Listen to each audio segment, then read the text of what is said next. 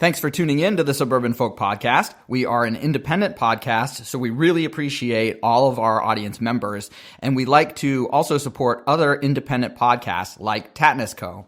The following is a message from Tatnus Co.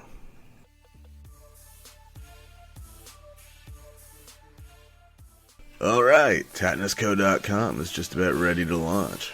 Hey, what if we added a blog section so fans get to know more about who Tatnus is? You know, that's actually not really a bad idea.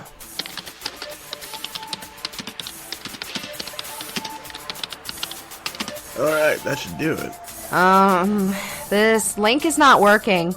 Are you kidding me? We gotta get this done. Alright, cool. There, we fixed it. Now we can launch this thing, right? Hey, did you remember to add the privacy policy? Mother. It may have taken a while, but tatnusco.com is finally up and live and open for business. And yes, we remember the privacy policy. Thank you. Thank you. Thank you so much. It's been emotional. Health, travel, finance, parenting, and home improvement. This is the Suburban Folk Podcast. $250 a month into my child's $529 from the month that they start kindergarten. I should be able to pay for 80% of my child's college. Because I don't trust that most people will eat their vegetables. So usually our kind of standard is 3 servings of vegetables per meal. You take something like a 2x6 and you cut it with a circular saw. That's like a superpower. Those middle school years are not as fun, but at that age, they're still willing to talk to you.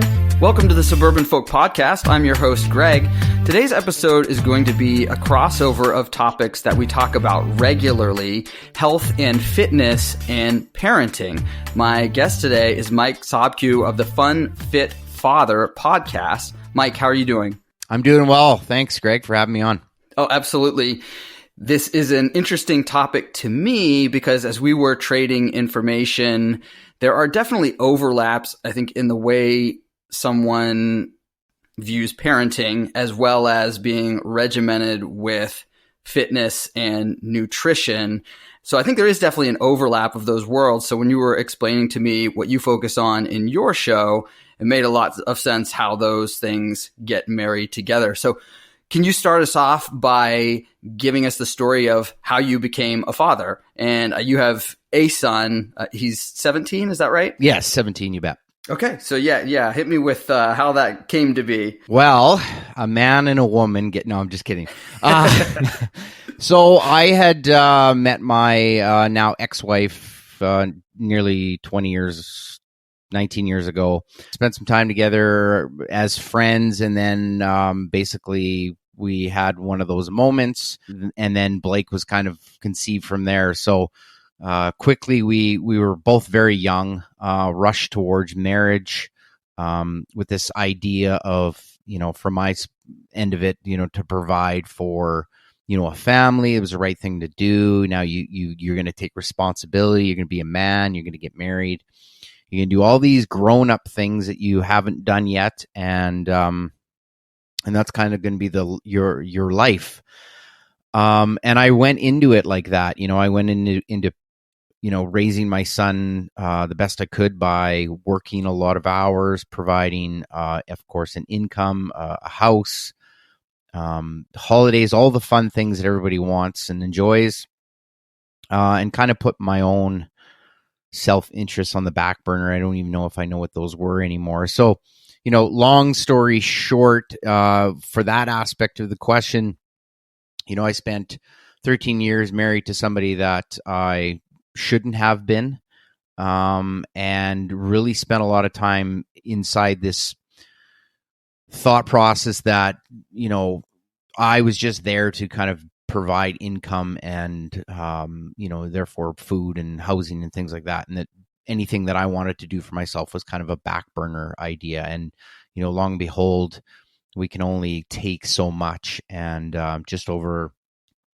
a couple last years of a shaky marriage, it came to an end. And, I made that decision then to kind of look in a different direction towards my life. So, obviously we can get really involved in going through fatherhood for me and what it's like. But I spent a majority of my child's life at work, not available, not there when he needed me the most. Then I spent a chunk of time through the divorce process, even further away from my son. And just in the last 2 years, now he lives with me on a full-time basis. So it's come full circle. And I attribute most of that new relationship to my health and fitness. And that's kind of the short and short of that part of your question. I'm sure it's hard to say, but did it make it harder or easier to have a child in the picture during your marriage? Did it cause to some of the issues, or did it alleviate some of the issues that were brewing? I think it complicated things from the point of view when you're raising a child. There's, again, back to an old thought process, was that, divorced parents equal, a rocky parenting, or it's going to affect the child in the long run and it's going to be detrimental. But I quickly realized that having a child in a toxic relationship, where there's constant fighting and bickering and you're not showing that love, that's actually worse off. So it was a really difficult balance of what I knew or thought was right, and then the deep down, this probably isn't the best way to go about it. And then I just ultimately made that decision that something has to give, something has to be better than this, and I'm willing to take that risk. And I'm not sure why I took that risk, because I wasn't somebody who was ever, I was that plain, boring guy that just wanted his simple, go to work, come home, watch TV, go to bed, do the same thing over and over again type of lifestyle. And I probably just got used to it. During this time, you were working in construction, correct? So when you say that you didn't have a lot of time, that was your day job, or is it still your day job? Yeah. So to kind of narrow that down, so I was in the industrial scaffolding industry for 20 years, all the way from honing in that craft or that trade, and then working my way up into the management team. So throughout the marriage, I was the building process of my career. It wasn't necessarily a career that I dove into for interest. I was a bit of a wild child as a teenager and young adult, and I really enjoyed partying and lack of responsibility in those things. So I kind of got into that job as an opportunity to make money, and a kind of an opportunity to kind of wiggle my way out of this immature way of living and into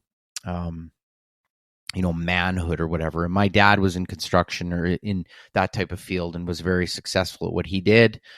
And I just kind of got into it, made really good money, and I just never kind of looked back. I chased the dollar. I chased trying to make as much money as I could, because that's what I thought was the right thing to do, even though I was never educated on money and really had no idea even what to do with money when I had it. And it really was only up until last year, and no, I don't do it anymore. What ended up happening is I had one of those revelations where I was at a point in my life where I couldn't stand the the work ecosystem, the people in my field. There was other managers that were fighting with each other for position. Everybody was talking behind everybody's back. Everything, all the principles and things that we stood for were nothing more than, crap on a piece of paper that didn't mean anything when it came down to it. And it was just at the point where I said, how much better can this get for me? I've already made it to the top of my field. I'm in the management sector. Me getting any higher isn't going to yield any more money. It's actually going to start to decrease, funds. And then I thought to myself, I spent all these years making hundreds of thousands of dollars and I have no money in the bank. I have zero. I'm like, bro, so 20 more years of this and I'm miserable doing it. like, what do I expect to get out of this? So it was then and that was just recently actually, where I just said, you know what, I have to pursue something I enjoy.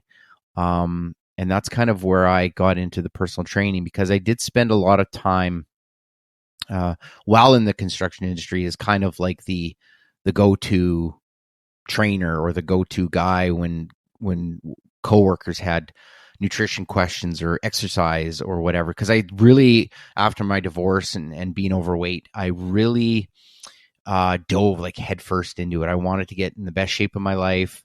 I wanted to be more active, more functional. I wanted to date again.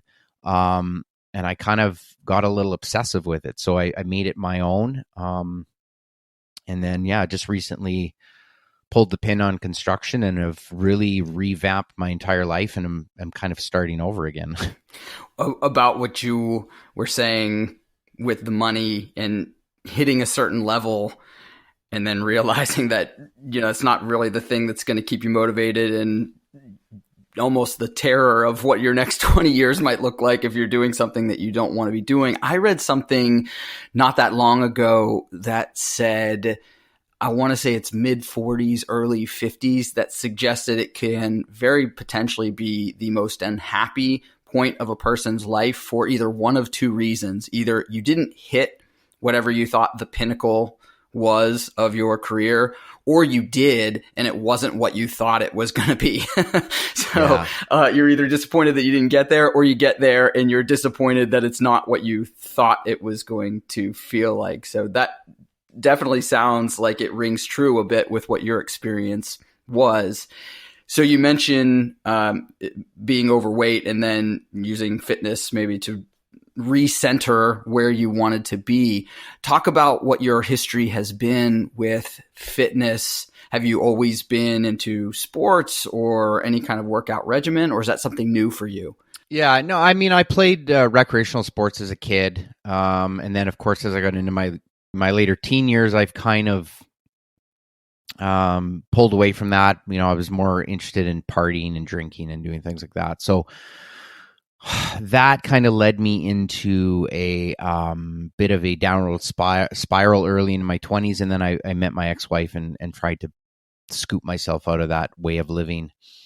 So I was normal weight, nothing special when I got married. And then I kind of, as I became a father and dove into the work life and trying to climb that corporate ladder that I did get to the pinnacle of, and it wasn't what I thought it would be. So, and just really just started to pack on the weight. And, I got up to, and I'm not tall, I'm only 5'6", and I got up to about 240 pounds.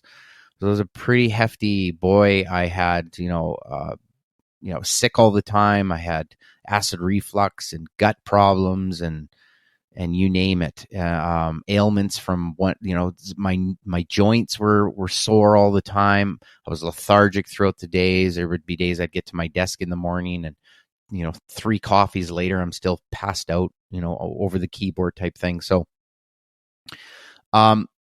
getting into fitness it kind of sparked, it did spark from my divorce. So, overweight, at my wit's end, fighting all the time, unhealthy. And it really, I moved in with my sister. I was spending some time with her kind of in transition. And, I thought to myself, boy, if I'm ever going to date again, and I had really low self-confidence and self-esteem. Like, I thought I was just a disgusting pig. I really did, as harsh as that may sound. And I thought to myself, if I'm going to get back out there, I'm going to start dating again, and start like having a bit of a social life, I better get in shape, because nobody's going to want to interact with the way that I had looked or the way that I perceived myself. So that's where it all started. I was doing workout videos in the basement of my sister's house, and she would join me, and we would kind of make it a group thing. And then I started to lose weight. I'd lost my first 30 pounds in 6 months. I want to say 30, somewhere in there, where I'd really got down to about the 200 mark, just maybe breaking the 200 mark.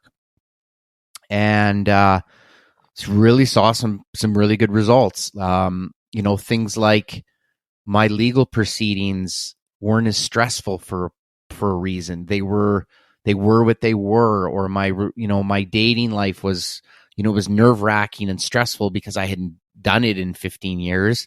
But it was somewhat fun in the same sense. And I had this kind of different view on life, and I had more energy. I wasn't falling asleep. My rest was good. And I was like, geez, I'm feeling better. And I'm, I had forced myself at the time to kind of eat, that, what we call that famous bodybuilder type diet, where it's just chicken and broccoli and rice, and that's all you eat for year upon year. And did that for a while, and you really got some benefit from not picking up potato chips and getting into that processed food and whatnot. So, and then I just got obsessed with it. How do I get more muscle definition? How do I do this? How do I? And I Googled the crap out of as many articles and contradictions and diet plans, anything you can think of. I went through and tried, until I got to a point where, like, I love this so much that I need to show other people. And then that's kind of where the inception of personal training and nutritional coaching got in. So the divorce is really that's the igniter for where I'm at right now. Best thing ever happened to me. Two questions around eating, and when you were overweight. Was it a symptom of not having enough time to choose healthy things, or was it more of eating as a stress relief? Yeah, I definitely eating as a stress relief. Eating those foods felt good. There was routine. I had a probably 5 to 6 cans of Pepsi every day. I would have my first one at our first break at work. I'd have another one for lunch, another one for last break, one on the ride home, one at dinner, and then one before I went to bed. That was a routine of pop. In and amongst that was, where are we eating out? Is it, fast food? Or are we getting the corner store stuff? Maybe it's a pizza. And then what backed up that was always my ice cream. You got to have ice cream. And it was just perpetual because I was trying to bury this marriage that I knew was destined for doom, a lousy financial situation, and and I knew deep down every time I went to work, on a Saturday or a Sunday or stayed late, I was like, this is not the right thing to do. Like there was that voice that just kind of kept it, but I buried it, and it just becomes perpetual after a while, and it was just very stress driven eating for sure. And then when you did start to get on the fitness regimen, did you change your eating habits right at the same time? Did that come a little bit later? And would you attribute the workouts more or the diet more for the initial weight loss, or was it 50-50? Yeah, definitely a combination of both. Now, the way I kind of started is actually not the way that I would instruct any of my clients to start. Maybe I got lucky, or just have a different sense of what I was trying to accomplish at that point in time. Because I think, motivation's huge when people decide to change their health and fitness, but motivation can't drive you to be successful in health and fitness, because there are days where you're not motivated and you still need to eat correctly and exercise. For me, they both were a big part of it, and nutrition I went full bore into when it came down to counting calories, playing around with understanding macronutrients like proteins, carbohydrates, fats, how they work, what they do. And I a little bit, not the average person wants to really dive that deep in it. They just want to know what they can eat healthy and kind of have a little bit of play with alternative foods. And I think having balance and not being hard on ourselves for the foods we eat is the best and most optimal way to do it. I was very regimented, and did that because it was more important to me to look a certain way than to eat a certain food or feel good while eating that particular food. So I really flipped a switch. And it was the same for the exercise. The exercise was very, 6 days a week, an hour and a half. I was working on certain things. I was, making notes and changing certain exercises, and very goal driven in the beginning. And of course, I've kind of turned gears a little bit for the long haul, but in the short term, it was a 50-50. I'm actually right there with you about being regimented with my diet. Before I got married, I'm a terrible cook, so it was grilled chicken on, I don't know if the George Foreman grill is still a thing, but that's what I used. Maybe I would have fish instead to switch it up, brown rice and steamed vegetables pretty much for every single meal, because like you said, I am definitely fall into the category of just give me the thing that I know will work, keep me away from whatever those pitfalls might happen to be, and I'm okay without a big variety of foods.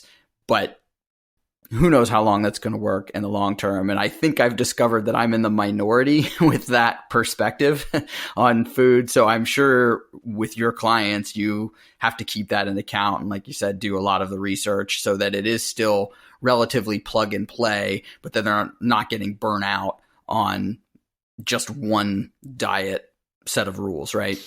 Yeah, I think, the biggest thing or takeaway I get from this is that we all, when we're either gaining weight or losing weight or changing habits, we all have that voice in our head that convinces us to do one thing or another. And what I mean by that is, being regimented is fine. You hit particular goals or you're just really strong-willed.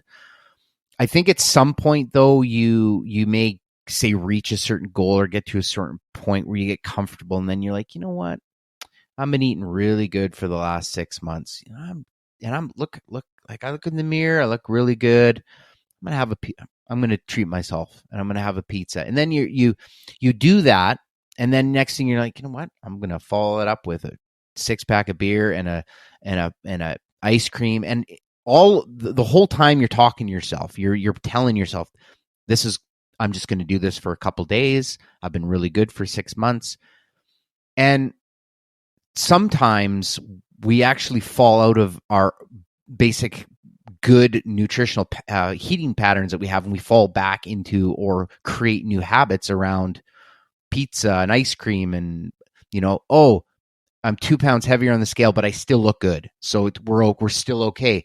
And we play with this threshold that we never actually reach. We just keep playing and convincing ourselves to get to these certain goals. And I think if we approach nutrition where we have balance, where we allow ourselves to go to a friend's and have pizza and not worry about, is that one pizza going to affect the way I look in the mirror or the effect on the scale or things like that. On a scientific level, we can go through what that breakdown would look like. But at the end of the day, that's not going to make a big effect. It's not going to hurt you. What's going to hurt you is, binging or creating these mental blocks or having to justify why you did something to yourself.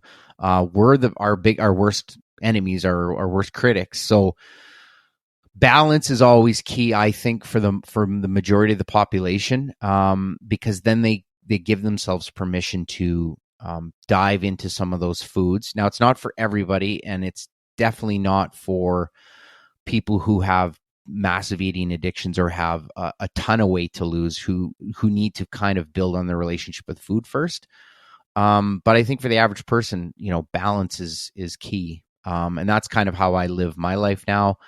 I know when to eat healthy. I know when to make changes if I want to make those aesthetically or functionally or however that may look. And at the same time, I can go to a dinner party. For instance, we got Valentine's Day coming up on Friday.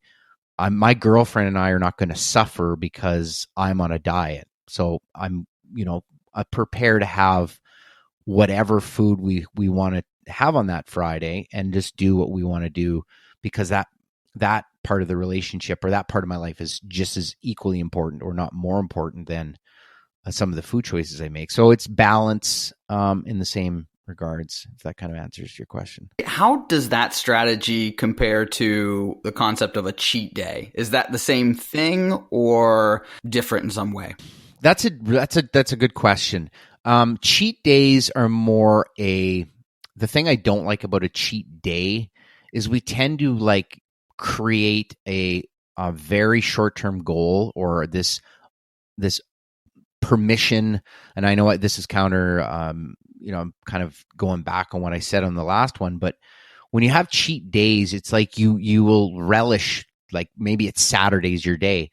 From Sunday to Saturday, that's the only thing you're thinking about. And when you get to that day, it's like a free-for-all. And I tell people, if you do the cheat day thing, like really accurately count your calories, and they'll find that they're eating 4 to 5 times what they normally would eat. And now that becomes a bit counterproductive. Yes, it's good to give yourself permission to eat, foods that you want to eat, but you can't. What I'm trying to promote is not setting yourself up for a particular day or time that you relish that, but more live your life normally, schedule events with your family, do those type of things, go out for date night, do those particular things that everybody would do, and allow yourself to eat outside of your normal nutritional window when those times arise. And I think there's a big difference between the cheat day and then just allowing some balance, because the cheat day, again, it's something that we get to convince ourselves that and it's just this short-term goal. Like, I'm going to work my butt off for 6 days and then I'm going to eat whatever I want. And people overdo it and they don't realize it. I also wonder if backlash from the cheat day is just hating all those other days that lead up to the cheat day. So you have even more of a negative relationship with your diet the other 6 days of the week. And I would think maybe even similar to, like you said, overdoing it with your workout regimen. If people want to see results too quickly, then they go to the gym and can't move a day later because they did too much, and then they just hate the experience and can't ultimately stick with it. So it would make sense to me that a cheat day might have that same effect potentially as somebody not being able to keep up with a workout regimen. Yeah, no, absolutely. And it becomes perpetual as well too. And going back to that, we have a set of stairs in the city that I'm in here in Edmonton, and it's 200 sets, and they're really steep. They're actually the steepest in the area. And we did 10 sets of these up and down. So we did like 4,000 steps, and I can barely move today. my calves are so sore from doing those steps, it's a little self-abuse. But yeah, it kind of ruined my week. And my training schedule kind of has to take the back burner for a couple of days. So I lose, and I always tell people, when you overdo training, because everybody wants this short term, we live in this anomaly with fitness where the rest of your life, like with your career and parenting, you want to see your kid graduate high school, you got to wait 18 years. Sorry to say it, but you have to go through the process of parenting. You want to be the CEO of a company, you need to be loyal and work for that company for decades for the most part. Why does fitness have to happen in 30 days? Like, this is the part that's just, it's mind-blowing to me. And we need to ensure that when we're looking at fitness and our fitness goals, we don't have to go 6 days a week, right out the gun and just try and do all this stuff that really it's going to beat you up. You're going to be sore, and then it's going to discourage you from continuing to go. Where making simple movements, getting people to just do simple movement patterns without weight, or stabilizing the body and understand how the kinetics work through the human body, and just really getting people to not feel pain anymore is a big deal. And that's what we want to do. We want to move towards kind of this gradual, long-term, sustainable fitness and health wellness thing. Putting little goals inside of that is fantastic, and everybody should be doing it. But we should always strive for the long game, especially as we get older. And when we beat ourselves up at the gym, and like I was mentioning, when people get motivated, and we know motivation will only take you so far, they're like, I'm ready to go. I'll do this 5 days a week, no problem. I'll eat. It's not sustainable. You haven't started. You haven't done it before. Start with 1 day a week. Start with 2. Move and progress, and be okay with where you currently are. Whether it's weight loss or weight gain or whatever it may be, it's a lifetime goal for sure. I wonder if there's overlap here with what we were saying around career and hitting a pinnacle.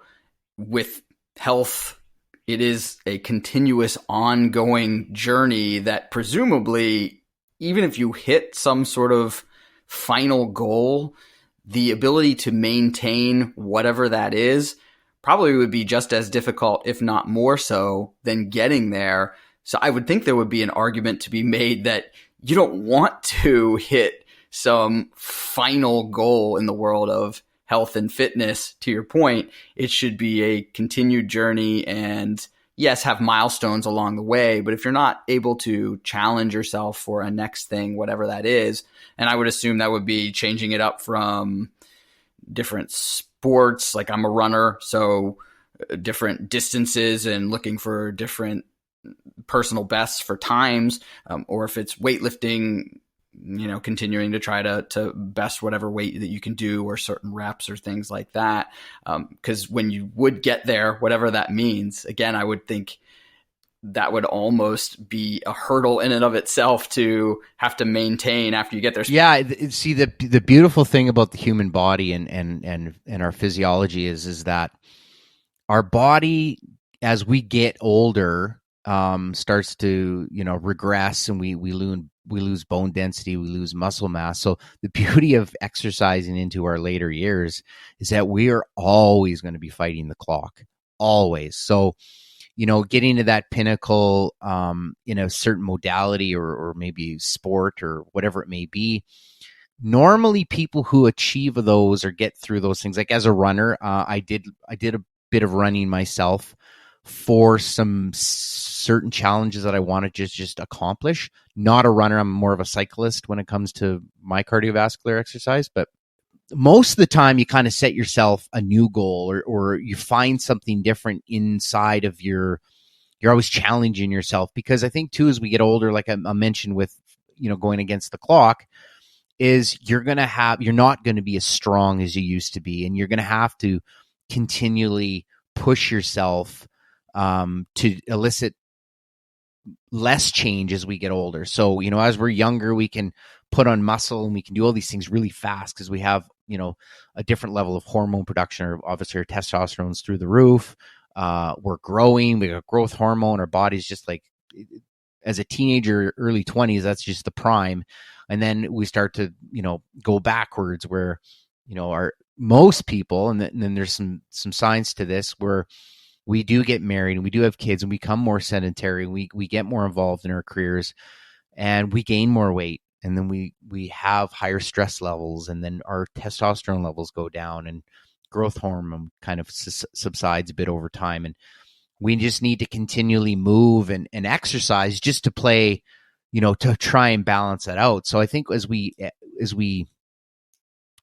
continue to exercise into our later years, we'll continue to challenge ourselves just with the basic things that we used to take for granted, I think, when we were younger. And bringing us back to your personal story, I think you said about 240 is where you had maxed out at. Start your workouts. I'll be curious if you can say what kind of workout videos you're doing, because I've definitely done a few my own. So I wonder if we've gone through some of the same or not. What was the time frame from starting to do that to then when you became interested in being a personal trainer and offering the things that you have learned to the general public? Sure, yeah. So for the first part of your question there, I watched 2 Beachbody videos. I did P90X and I did Insanity.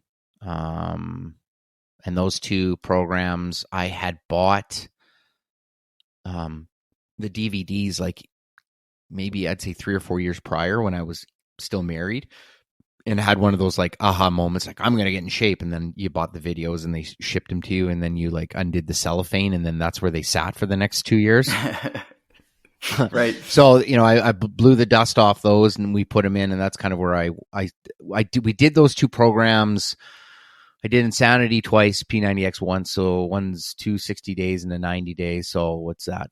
7 months. And then transitioned into the gym, where I've kind of wanted to, explore the muscle building and the weightlifting aspect of it, and just really enjoyed it. Got into it, kind of learned just using Google or people inside the gym, or ask questions with, coworkers and friends and stuff at the time.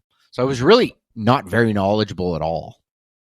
And that was 2016. Then I, of course, got this like a massive, like newbie gains, we'll call it, where, I just never worked those muscles before in my life. And in literally, I want to say 5 or 6 months, I completely looked like a different person. And people were just like, whoa, what have you done? And people I hadn't seen in a while. And that was a nice feeling, boosted confidence. I was dating again. Things were going really good.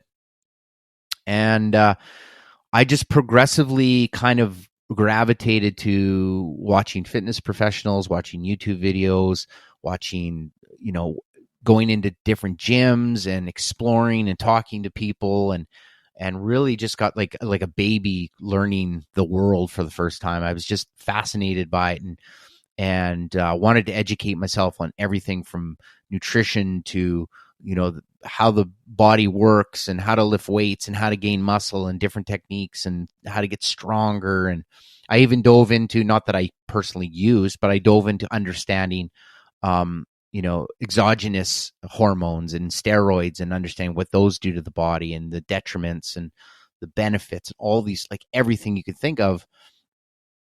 And kind of as a know-it-all in the last couple years, I say as a know-it-all because, we're all self-taught something, and we push some of this information. And I thought, like when I'm giving advice to somebody, a coworker, and I'm just going to go backwards, and when I was in this like research mode, or when I was really, really loving it, and I'm like, that person's looking at me like they're like, they've trusted me with their body. They've trusted me with like their food, food choices, things like I don't want to fuck this up.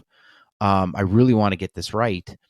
And it's that when I decided, you know what, I need to do this in some way or form or another. Like I need to, how do I do this for a living? Like, how do I figure this out? And, as a personal trainer, you go on Indeed or these websites and find out what they make per hour, or what their yearly salaries are. And I mean, personal trainers, can start at 40 or 50,000 a year and go up to $1 million. Like the sky's the limit, depending on who you train and credibility and all those other things. So I'm like, I could maybe do this, but I was locked into this thought process about finances. Like, well, if I quit my job or if I leave and whatnot, who's going to pay the bills and blah, blah, blah. And, I kind of built a little bit of an escape route in the last position. I actually seen, the demise of some people inside the company. And I think I was on that hit list. So I made the mad dash to try and put about $30,000 in the bank over the course of 6 months, because we had gone into this really extensive project that had me working like 14-hour days, 7 days a week. Anyway, so that job ended. I had some money in the bank. I had, I was good for 6 months. Okay, here we go. And I'm like, I need to get certified. I need to do this properly. I need to make sure that I have the credentials to do this stuff so that I can give advice and do this proper way. So, nutritional certification, personal training, learned a whole whack about what actually transpires with people and how to do those things. And it really just like sparked this a new level of like, now I get to get up every morning and do what I want to do. And I'm not worried about the money. Is ass backwards as a lot of people may view that. I really don't. And it's not because I don't have or want to be successful financially or fix that part, because going through divorce ruins you or can ruin you in that aspect. But I figured that if I could get into a groove of doing something that I enjoy every day with my life, I will get so damn good at it that there'll be no choice for the money to follow, because I looked at it like I got all the way to a management position in a career I absolutely hated with very little effort. And I'm not using that as a podium to be arrogant or whatnot, but it's just in my own view, I thought if I put everything I have into something I absolutely love and I'm dedicated to doing, and I, pardon my expression when I say this, but if I have to eat shit for a couple of years, then so be it. But if I'm going to do it and I'm going to be damn good at it, the money will follow. I think that's probably a good segue even into the parenting mindset, as far as there's probably no greater incentive to be good at something than your kid, right? And you mentioned, feeling like you lost a lot of time. What are the similarities and overlaps that you found in being a father, and what have you learned? I'm assuming even from time management, being able to do the personal trainer stuff while you were coming up with your exit strategy took a lot of foresight, like you said, just even having a parachute financially, but also even managing your time. So talk a little bit about how those worlds and how those mindsets cross over specifically for parenting. Yeah, I think for parenting wise, when I look at and I say this all the time, and especially for parents with teenagers, it goes for all ages, but they don't listen to what you say. And what I mean by that is, my 17-year-old, his room's a disaster half the time, and I try and get him to clean it on occasion. And I always say, like, hey, like you're not listening to me. Why aren't you listening to me? And a lot of parents will probably agree with that thought process. But one thing your kids are doing is they're watching you. So they may not be listening to your directives because they're at that age and they're trying to figure themselves out. And doing what you have to say is probably the furthest thing from it. And, I remember that as a teenager. But what I've done is I've, through this career change and making this change in my life later on, is I've really taught my son, that permission to not figure it out. You don't need to figure anything out at 17, 18, 19, 20 years old, because I'm 42 and I'm just figuring it out, or I'm just trying to figure out this part of my life. And what it does for him is it allows him to really explore different things that he enjoys to do, and not pigeonholing him into this thought process like, you need to go to university because that's the right thing to do. And if you just ask that question, why? And he does that. Like, why do I need to go to university? The answer from the parent is generally they probably can't answer that question because they just think that's the thing to do, or maybe they want their child to enter a career that suits them, or it's something they wanted to do. Very important that we as I do with my son Blake, is I give him the freedom to explore the options and to just give him that pat on the back to say, you know what, if you try something and you fail at it, that's fine.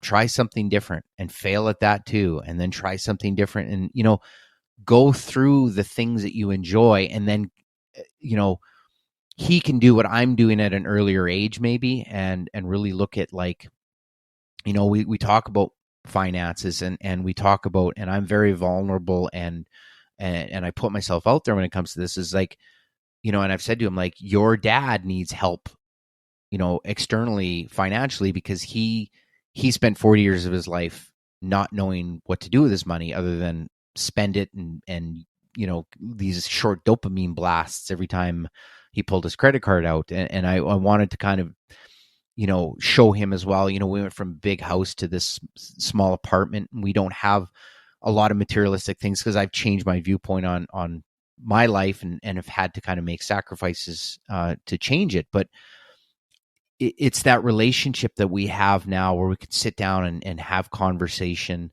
We can explore different things that he's got on his mind or things that he wants to do.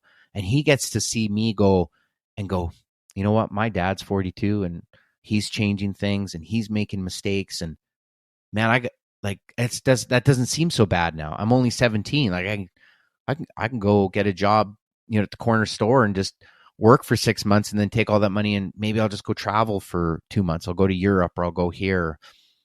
Perfect. That's what you want to do. And I think that just bridges that gap, with the parenting part of it, and really allows, us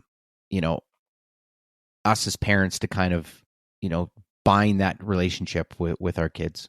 Yeah, my kids are much younger than yours, so I'm still figuring out some of those communications. But from what I've at least read, to be vulnerable, I think is the word you use, and the right word to use, just to sometimes show that you're human as the parent as well, seems to have an impact in the way that you communicate. So you're not trying to be infallible in every single situation, actually tends to go a long way, or at least, like I said, from what I've read. And even for my kids that are in those toddler years, they see what you do more so than they probably listen to what you do. And I'm sure the more mature they get, the more that will be reflected in our interactions.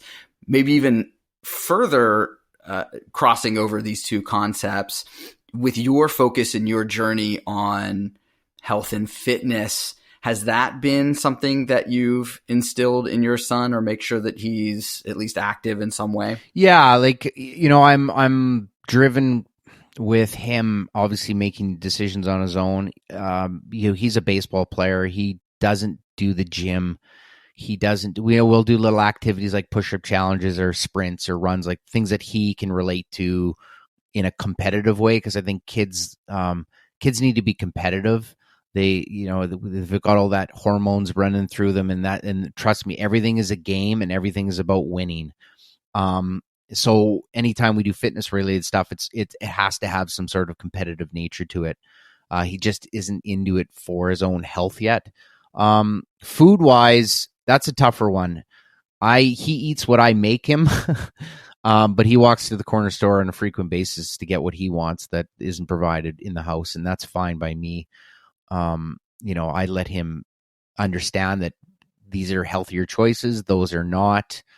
And then I just cue him with things like, so how do you feel after having those cans of pop or that bag of chips? How did that make you feel? Are you tired? And sometimes I get feedback like, yeah, I feel groggy, or yeah, I feel okay. That's why, this is why. But sometimes as a kid, he doesn't care. I'm going to, why are you drinking pop? I thought you said it makes you tired. Yeah, but I like it because it tastes good and I just want to have it. So he has the tools. He probably has a bit of a bigger nutritional knowledge base than most kids his age, because I do like to go through those things with him and educate him. But as far as his application of it, that'll be up to him for the most part.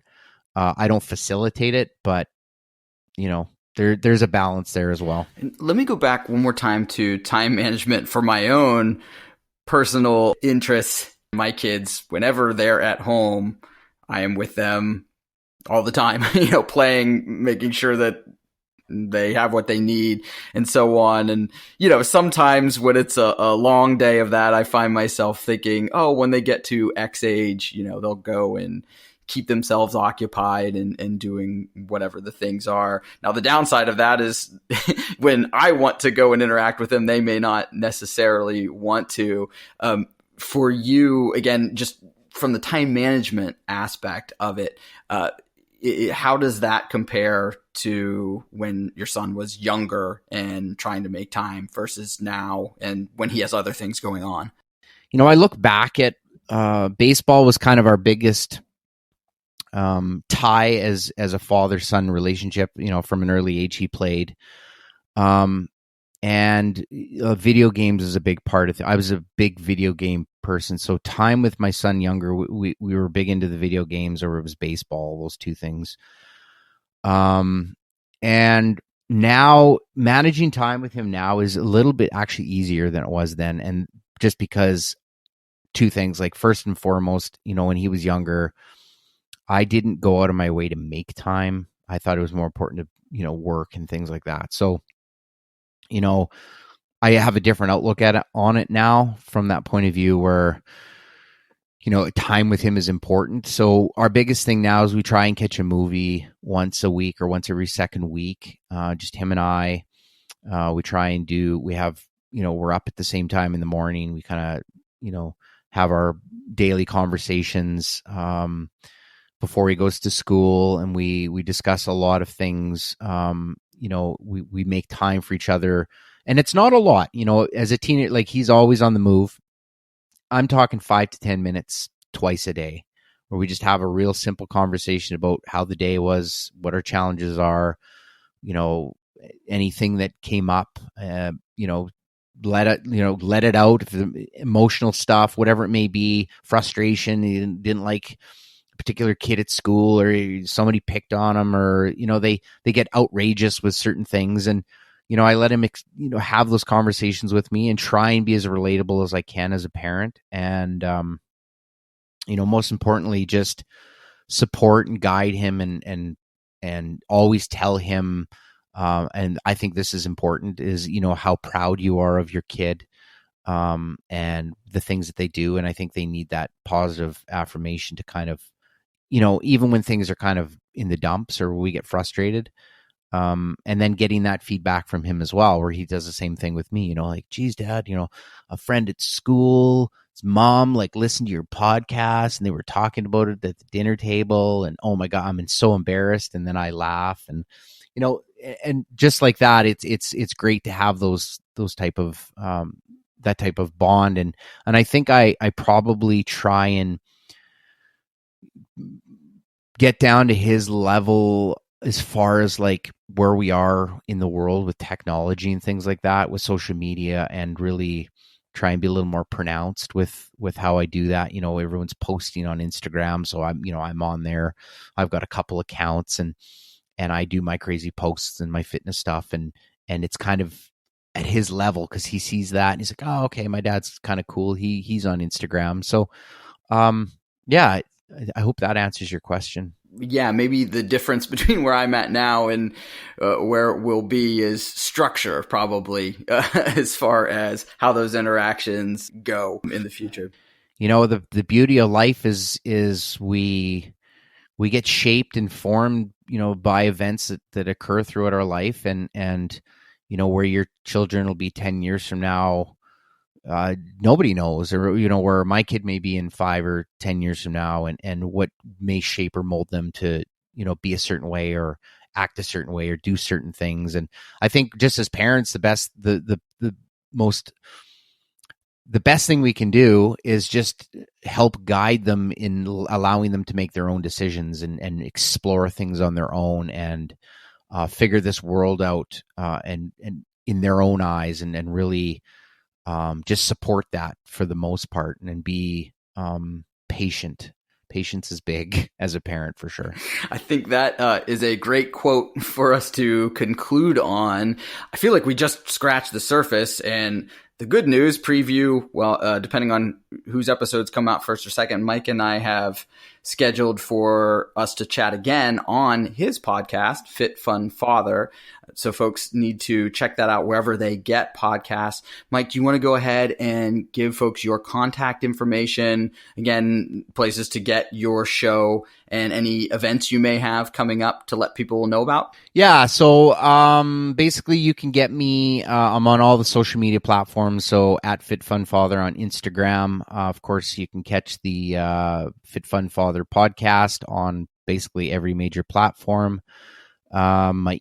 Right now, you can kind of email me. I might get back to you in a day or two, but I generally get back to people fairly quickly. It's fitfunfather@gmail.com. As far as up and coming stuff, I'm doing the online coaching. I've got an ebook that will be coming out in the next coming months. I want to get it done a little earlier, but I'm really making sure I get this done right. That is going to be really around divorced and separated men and how to kind of get through that funk and then back into the world through health and fitness. So I'm really excited to work on that. And I definitely will, when it comes out, everyone will get a copy that is in my email group. So you as well, Greg, will get a copy of that for free. And that's about it. And just check out the podcast. I'm always doing a lot around health and fitness for men. I do some science deep dives if people are interested in going a little deeper with nutrition or biomechanics or whatever it may be. I do a couple of those, and then I've always got a vast array of guests on that center around health and fitness and different aspects. So just really grateful and thankful to be on your podcast, Greg, again, and just do what you love. Most importantly, just find something that grabs you by the soul and incrementally, step by step, try and do it a little more each and every day. Great advice, and I appreciate you coming on. I'll be looking out for all of the things that you're working on right now. So again, really appreciate it, and we will be in touch. Awesome. Appreciate you, man. If you enjoyed this episode, please leave us a review on Apple, Spotify, Google Play, or wherever you get podcasts. If you'd like to be notified of future weekly episodes, please hit the subscribe button. If you'd like to help us even further, visit suburbanfolk.com and you'll find a donate button where all the money goes back into the show for you. Thanks for listening. Suburban Folk is part of the Pod All the Time podcasting network. Be sure to check out our website for links to all of those great shows. And be sure to check out this show. Hello there, physically attractive podcast listener. My name is Steve Ross. I'm Sean Crandall. I'm Dustin White, and we're the hosts of Dregs of Craigs. On our podcast, we explore the most bizarre, repulsive, and downright confounding Craigslist ads we can find from all over the country, live for your amusement. Come find out the best place to book an axe-throwing party for your child's birthday. Stay up to date on Mario's Hawaiian Sex Marathon. Or just sit back and relax as we make more anime references than any rational human being should be comfortable with. It's a hilarious exploration of how we as a species are drifting further and further from the possibility of redemption. And we want you along for the ride. Listen to Dregs of Craigs on Stitcher, iTunes, or wherever you get your podcasts.